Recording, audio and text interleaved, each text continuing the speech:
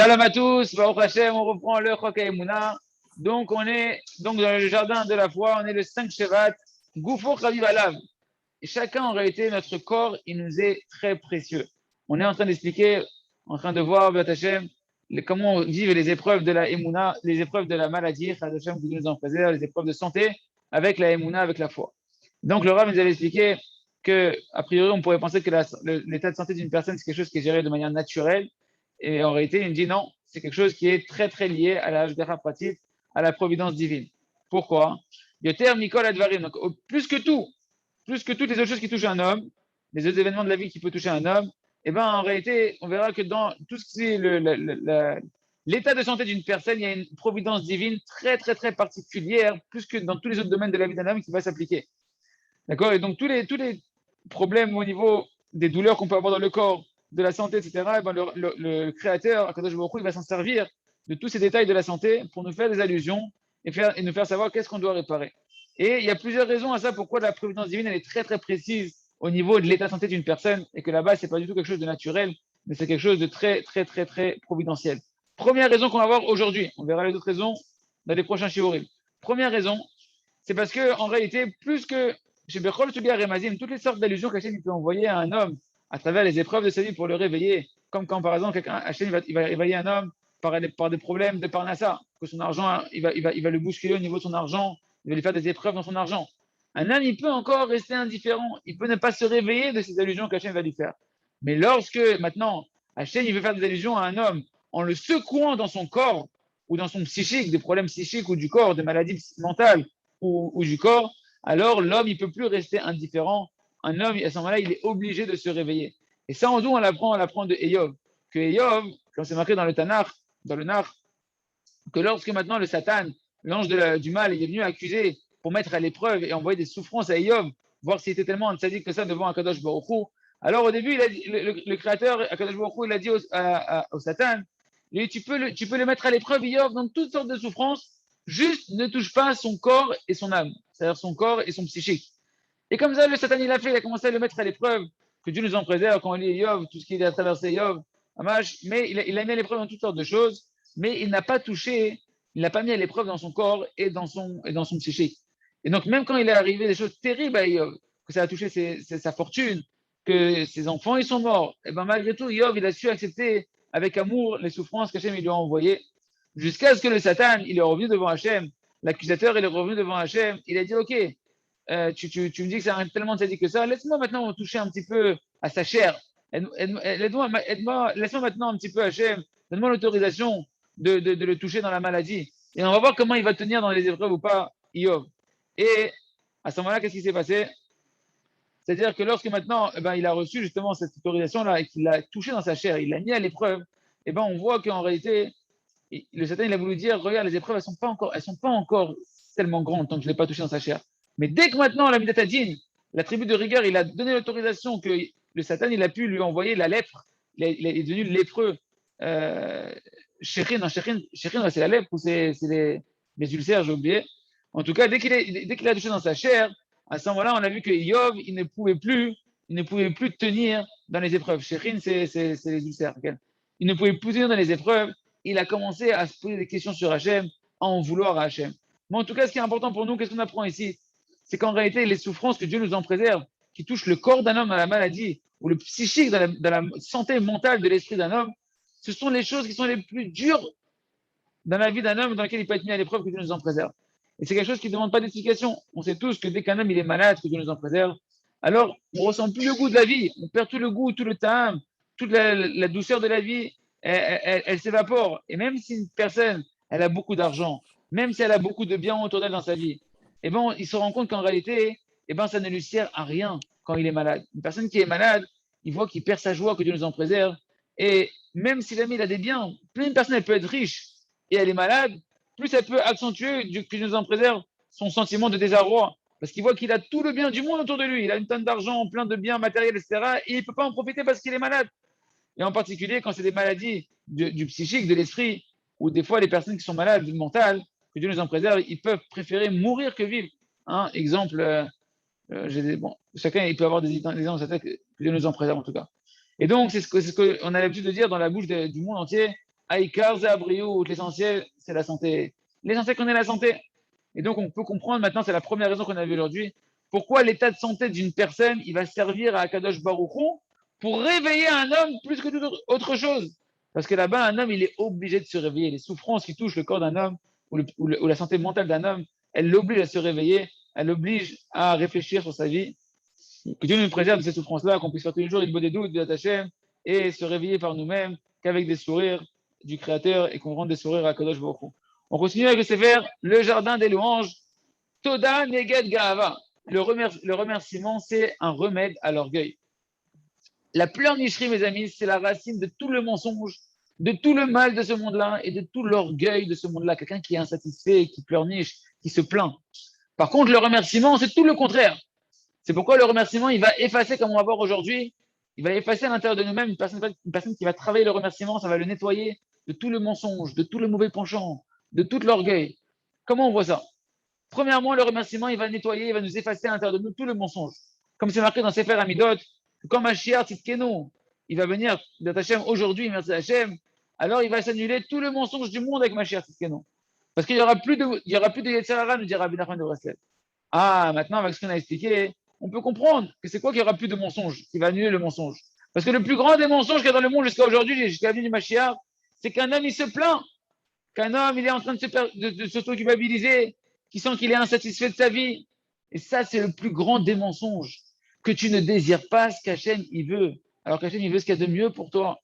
Parce que rien que le mot qu'on dit, je suis insatisfait, c'est quoi être, pas moi, qu'une personne dit, il est insatisfait. Le mot même, il vient montrer de quoi? Qu'un homme, il n'accepte pas ce qu'Hachem il veut. Insatisfait, en hébreu, c'est l'omeroutse, c'est-à-dire que je ne veux pas ce que j'ai, je n'en veux pas ce que j'ai. Ah, tu veux pas en fait ce qu'Hachem il veut de toi, qu'il veut pour toi, tu veux pas la bonté de la Kadosh Baruch Hu. C'est-à-dire qu'un homme, en réalité, qu'est-ce qu'il pense? Il pense que plutôt, au lieu que lui, il doit annuler sa volonté à la volonté du Créateur, non, non, non, non. C'est Hachem qui doit annuler sa volonté à ma volonté. Je suis pas content de ma vie. Moi, ma vie, Hachem, je veux pas que tu fasses comme ça. Ah, Hachem, il voulait comme ça, toi, tu veux pas. Toi, tu dis Hachem, tu dis, je veux que toi, Hachem, tu fasses ce que moi, je veux. Et donc, une personne qui est dans le remerciement, il nettoie ce mensonge-là.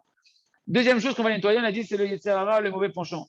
Pourquoi? Parce que le fait qu'une personne elle va remercier sur tout dans sa vie, sur tous les détails de sa vie, les bons comme les mauvais, et ben grâce à ça, tu es en train de nettoyer tous les mauvais traits de caractère qui sont à l'intérieur de toi. Le remerciement, il va nettoyer la haine gratuite, il va nettoyer la jalousie que tu vas avoir envers les gens, il va nettoyer la concurrence que tu vas avoir envers les gens. Et tu vas mériter, grâce au remerciement, d'être heureux de ta part, heureux de tout ce qui t'arrive dans ta vie parfaitement. Et automatiquement, ça va nettoyer le mauvais penchant de vouloir voler, que Dieu nous en préserve, de tuer, de convoiter. Tout ça, ça s'efface. Parce qu'en réalité, une personne qui remercie Hachem constamment, elle ne voit que Hachem devant ses yeux. Elle voit rien hormis Hachem, que tout c'est Hachem, que tout c'est pour le bien. Donc, qu'est-ce qu'elle va envier, qu'est-ce qu'elle va être jalouse, qu'est-ce qu'elle va, etc. Pas du tout.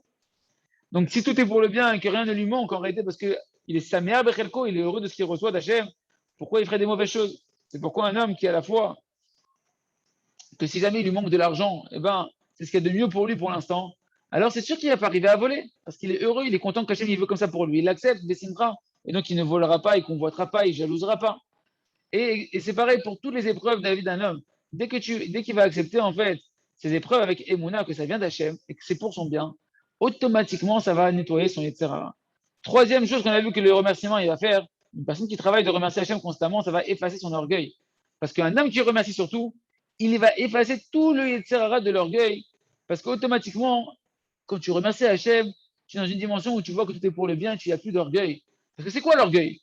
L'orgueil, la définition de l'orgueil, c'est de penser, c'est les pensées de se dire moi, quelque chose, ça me revient, on me doit, Hachem il me doit, le monde il me doit, et de voir moi et que moi et que moi. Tandis que lorsqu'une personne elle sait que tout c'est Hachem, il n'y a pas de moi, que rien ne revient, l'omagi alecloum, on me doit rien à moi, qui je suis pour qu'on me doit quelque chose. Je ne suis même pas une métiou, il n'y a rien dans mi Hachem, je ne suis même pas une réalité, il n'y a rien dans mi Hachem.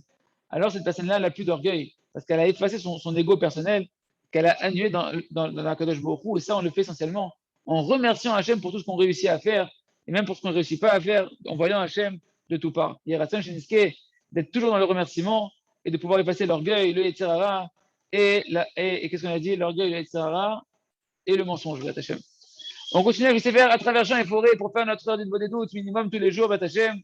Ma'alat Anigun, la grandeur du nigun, des mélodies envers Akadosh Baruch Hu. Donc cette importance et cette grandeur des mélodies, que c'est une notion spirituelle très élevée, d'où il vient le nigun, etc., on peut l'apprendre de Rabbi Nathan de Breslev, dans l'écoute à la Chod, dans l'Ilchot Ishut, à la fin d'Alet. Là-bas, on va voir les mots de Rabbi Nathan qui sont les suivants. Il nous dit Rabbi Nathan, l'essentiel de l'attachement et du rapprochement à Hachem, béni soit-il, c'est justement par les voix qui sortent d'un homme, des voix kodesh, des voix saintes, qui vont être de la dimension des 10 sortes de mélodies, que dans ces 10 sortes de mélodies vont être inclus en fait toutes les voix du monde. Chez Al-Adam, parce que c'est par ces mélodies-là, on verra ces 10 sortes de mélodies, que c'est l'essentiel par lesquelles un homme il peut se rapprocher du Créateur. Quand on voit d'ailleurs, quand on va à Ouman, comment un homme il s'enflamme à Ouman, il se rapproche d'Hachem, c'est que par des mélodies, que par des chansons, etc. Il dit Rabbi Nathan, parce que toutes les prières, tous les chants, toutes les louanges, toutes les supplications, toutes les demandes, tous les aveux de nos fautes, toutes les paroles où on essaie de trouver grâce chez Hachem, toutes les paroles que l'on va avoir avec Hachem dans la Hidbo des doutes, tout ça en réalité, c'est inclus dans les 10 sortes de mélodies qui sont les 10 sortes de langages par lesquels le livre de Télim ont été dit. Comme nos sages des morts bénis ont dit que le livre de Télim, il contient, c'est marqué Benizmor, Benitzua, Benikun, c'est des sortes de mélodies qu'on fait à Kadosh Baruch Hu. Il y a 10 sortes de mélodies qui sont cachées dans les Télim. Comme Rabbeinu, il ramène dans l'écouté Moran 205, qui représente en fait, et toutes ces 10 sortes de mélodies, elles sont cachées, elles ont été concentrées dans les 10 Télim du Tikkun Aklali, qui sont une réparation pour les pollutions nocturnes, que Dieu nous en préserve. Et Rabbi Nathan continue de nous dire, et c'est connu, que le livre de Télim, il comprend à l'intérieur de lui toutes les sortes de langages de prière et de supplication. Parce que la majorité du livre de Télim, de quoi il parle? Ce sont tous les cris, tous les arakot, toutes les sortes de cris que David Ameler, il a fait à Hachem Itbarach, dans toutes sortes de langages de supplication, pour qu'Hachem lui vienne en aide. Pour qu'Hachem lui vienne en aide à David Ameler, pour qu'il puisse faire sa volonté à Kadosh Baruch Hu, pour que David Ameler il puisse sortir de tous les abîmes, des mauvais désirs de ce monde-là et de toutes les futilités de ce monde-là, de tous les cris que David Ameler il a fait pour gagner ses guerres du Yetzirah. Et en même temps qu'il criait sur son Yetzirah, David Ameler, on voit qu'il continuait à louer Hachem, à chanter Hachem, à remercier Akadosh Baruch Hu.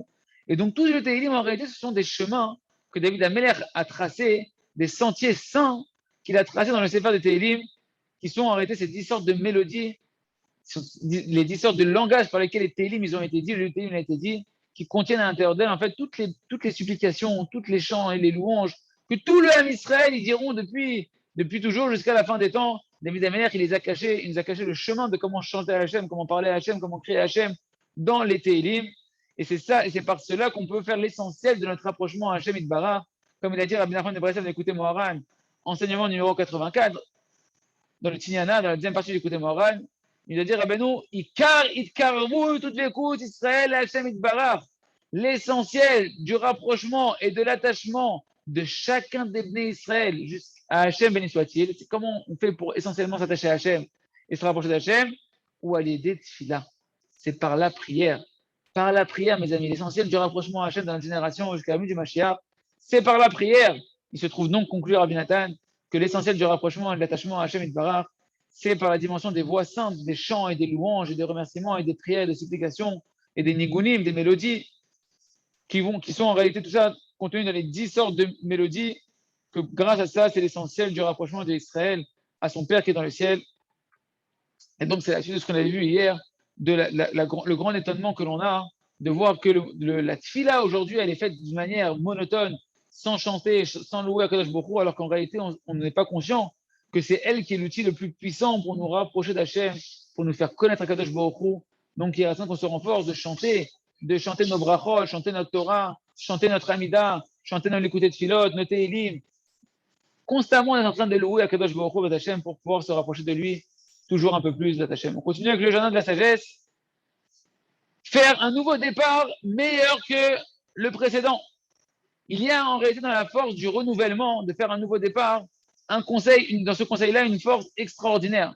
Parce que ce nouveau départ que tu vas faire, il va réparer tous les anciens départs que tu avais faits, qui n'étaient pas de la bonne manière, que tu t'es levé, pas du pied droit, tu t'es levé du pied gauche, tu n'avais pas fait un bon départ comme il fallait. Alors, quand tu vas faire un nouveau départ, tu vas pouvoir réparer comment tu as commencé ton départ d'avant. Comme c'est marqué dans la Torah 62, écoutez Moharan, Rabbi Nathan nous dit, ce sont les mots de Rabbeinu Akadosh.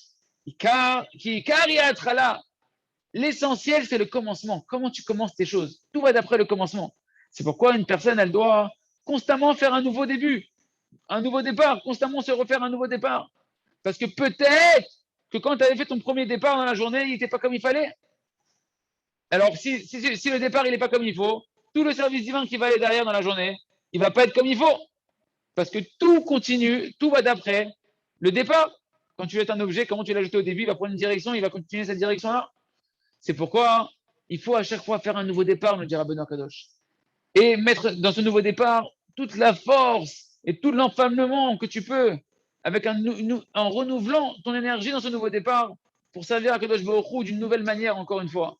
Afin que maintenant, si tu veux, ton service divin que tu vas faire avec ton nouveau départ, il va être comme il faut, mieux que le premier départ que tu avais fait au préalable, grâce à la force que tu mets dans ce nouveau départ maintenant. Et si c'est comme ça, il me dira Benoît Kadosh, eh ben, à chaque fois, constamment, il faut avoir ce doute-là à l'intérieur de soi.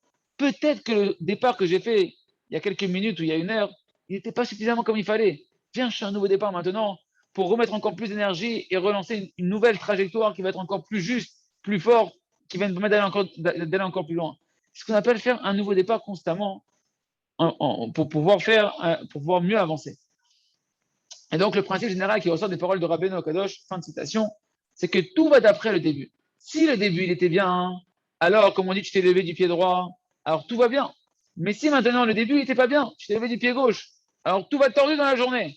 Et les gens, ils sont déprimés. Aujourd'hui, je me suis levé du pied gauche. Ah putain, mais c'est pas juif, ça. Tu t'es levé du pied gauche, vas-y, recouche-toi et relève-toi. Fais un nouveau départ. Moi, combien de fois je dis ça à mes enfants, je me suis mal levé. Je dis, quoi, rendors-toi et relève-toi bien. Vas-y, relève-toi, fais un nouveau départ. Tourne la page et relève-toi bien. Tu n'es pas obligé de rester toute la journée avec je me suis levé du pied gauche. Par exemple, quelqu'un va construire un binyan, une construction.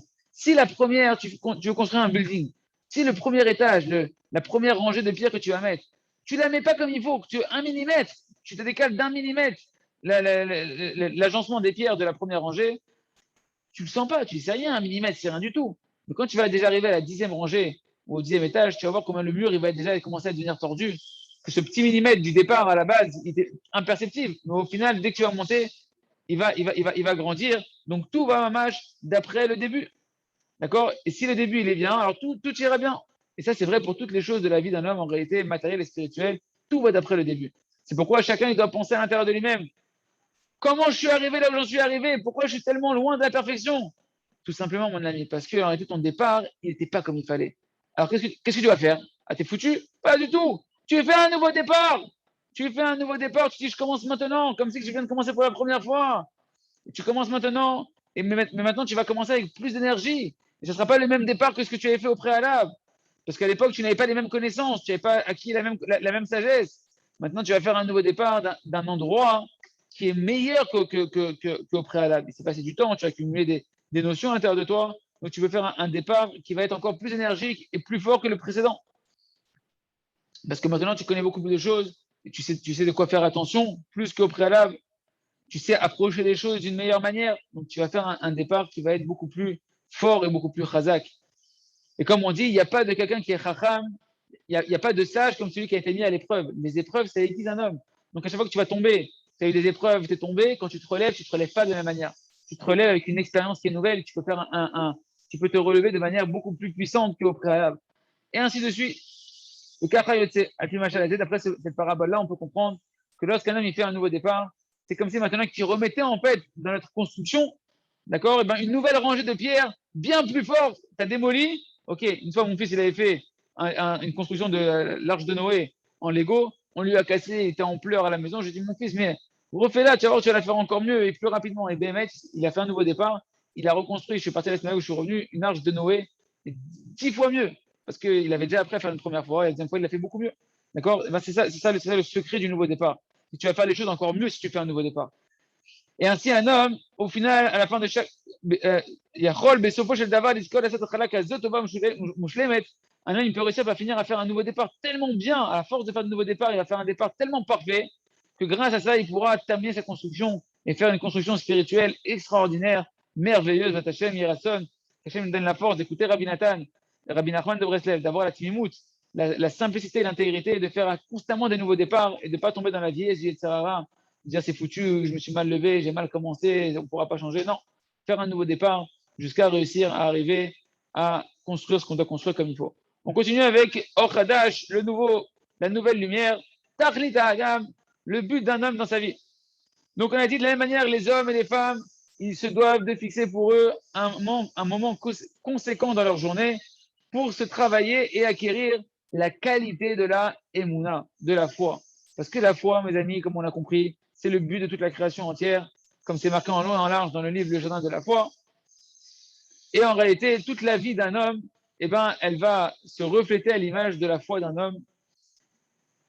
Parce que tout ce qui va arriver à un homme, d'accord, à chaque instant de sa vie, ce sont en réalité que des épreuves, des examens où on va mettre à l'épreuve ta émouna, et ce sont que des épreuves pour pouvoir faire grandir ta émouna. Et tous les manques qu'un homme il va avoir dans sa vie, ils proviennent également d'un manque de émouna, d'un manque de foi. Il se trouve donc en réalité que ça va être un devoir extrêmement sain pour chacun d'entre nous de travailler notre volonté d'acquérir la qualité la plus importante qui est la qualité de la foi. Et si déjà maintenant on a parlé de la qualité de la émouna, alors on va ramener un chizouk extraordinaire sur l'importance de travailler, d'acquérir la qualité de la émouna du Mashgiar qu'on a vu déjà dans le livre Gana Chochma, le Mashgiar de Mir, le Mashgiar de Ponyovitch, Rabbi Yecheskel Evenstein, Zecher Tzadik Livracha, qui nous dit les choses suivantes dans son Sefer. Écoutez bien. Il nous dit Tachlit Adam, le but d'un homme, c'est de connaître son Créateur. À chaque instant de sa vie, chaque instant, de renouveler cette prise de conscience et de connaissance dans notre cœur, cette conscience d'Akadosh Baruch Hu, et de recevoir ainsi une nouvelle compréhension, donner un nouveau sens, un nouvel éclairage à notre foi, à notre émouna. C'est ça le but, il nous dit le Rav Evenstein. Lui qui était du monde des Yeshivot, le Mashgiach, de Ponyovitch et de Mir, le monde de la Torah, il te dit, sache que le but c'est la émouna, de renouveler encore ta émouna, de percevoir plus ta émouna dans ton cœur, de ne pas détacher ton esprit ne serait-ce qu'un seul instant de la émouna. La émouna, la dame, il peut dire la goût, parce que la émouna pour un homme, la foi pour un homme, il dit Rav Evenstein, elle est comme l'oxygène pour le corps. Et chaque instant, tu dois sentir que tu as besoin de respirer encore de la Emouna. Tu as besoin de te réoxygéner de Emouna. Tout ce qui nous entoure en réalité, tout ce qui nous arrive en réalité, tout ça, c'est organisé pour nous amener à une nouvelle prise de conscience du Créateur. Parce que si ne serait-ce qu'un seul instant, un homme, il se détache dans son cœur ou dans son intelligence du Créateur, immédiatement, Shalom, ils vont exploser en lui toutes sortes de mauvais désirs, de futilité de ce monde-là, toutes sortes d'imagination de ce monde-là qui ont dans sa tête. Donc on voit ici l'importance majeure, même pour ceux qui sont dans le monde de la Torah, de travailler constamment sa émouna, et que la émouna, c'est l'épreuve de chaque instant en réalité, comme l'oxygène pour respirer. Et donc c'est ça le but essentiel. Donc on voit que les deux points essentiels qu'un homme il doit travailler sa volonté, c'est la kedusha et la émouna. La sanctification, donc pour les hommes, ça va être les yeux, ça va être les pensées, de tout ce qui est à la débauche, et pour les femmes, la pudeur, et de travailler sa émouna. Parce que de elle dépend toute la réparation d'un homme. Parce que et c'est ça, hein, c'est pour ça que l'essentiel du message qui est marqué dans le livre, pour ceux qui l'étudient, pour les hommes, le jardin de la pureté, et ben l'essentiel du message de tout le livre, c'est de réveiller chacun d'entre nous à pouvoir faire une demi-heure des doutes tous les jours, à renforcer sa volonté de préserver ses yeux, de préserver son esprit, de sortir de tout ce qui a trait à la débauche. Et pareil pour le sujet de la émouna, de la foi. Celui qui veut mériter de progresser véritablement, profondément dans la émouna, il doit étudier le livre de la foi et mamage transformer le livre en prière, comme Rabbi Nathan, transformer le livre en prière et travailler tous les jours sur ce qu'il étudie, et transformer ce que tu lis, tu le transformes en prière. Étudier également le livre, le jardin des louanges, ce qu'on fait ici, Baruch Hashem, parce que le remerciement, c'est ça la perfection de la Emouna, c'est l'apogée de la Emouna. Et faire tous les jours une demi-heure de remerciement, et concrètement, c'est une demi-heure en réalité où il travaille sa volonté sur la Emouna. Quand tu travailles le remerciement, tu travailles la Emouna, comme c'est marqué dans plein d'endroits qu'on a expliqué. C'est pourquoi celui qui veut maintenant remplir sa mission dans ce monde-là parfaitement, il doit monter sur le sentier parfait et véritable qui permet à un homme d'arriver à son but et à sa réparation. Il doit donc faire une demi-heure de travailler sa volonté sur la Emouna et sur le remerciement. Si tu veux arriver à ta réparation, t'avot à la Emouna, travaille sur la Emouna et sur le remerciement. Ve'ot Ratisha la Gdusha, et faire une demi-heure sur le Brit, une demi-heure sur la Emouna et une demi-heure sur la Kedusha, sur la sainteté, sur le fait de préserver son alliance. Et ça, en dehors du temps que tu vas passer à faire Cheshbon HaNefesh, bien évidemment, tous les jours, à t'introspecter tous les jours. Que ça, de toutes les manières, il ne faut jamais, jamais renoncer à l'introspection quotidienne pour nettoyer ses fautes de la journée. Et celui qui ne peut pas faire deux demi-heures, une sur la Kedusha et une sur la Emouna, qu'au moins il fasse une demi-heure sur un de ces deux sujets pendant une période donnée, parce que ce sont vraiment le ABCD de la vie, de travailler la Emouna et de travailler le Tikkun Abrit, la réparation de l'alliance. Et celui qui fait ça tous les jours, alors c'est seulement celui-là qu'on peut appeler un vrai Baal Teshuvah, un vrai homme qui fait Teshuvah, qui est le maître de la Teshuvah, parce que véritablement on peut dire qu'il travaille sur lui de changer tous les jours, de revenir Biteshuvah, de se repentir tous les jours dans les choses qui sont les essentielles de ce qu'Hachem il attend qu'un homme il travaille sa volonté. Il y a Ratzon, Shiniske, les Kolze, Bet Hashem, de travailler notre volonté tous les jours, une demi-heure sur un sujet, et qu'on ait une période de la vie où on puisse travailler une demi-heure pour travailler tous les jours la Emouna, et une demi-heure pour travailler tous les jours le fait de réparer ses yeux, ses pensées, la signale pour les femmes. Shiniske, les Kolze, Chazak,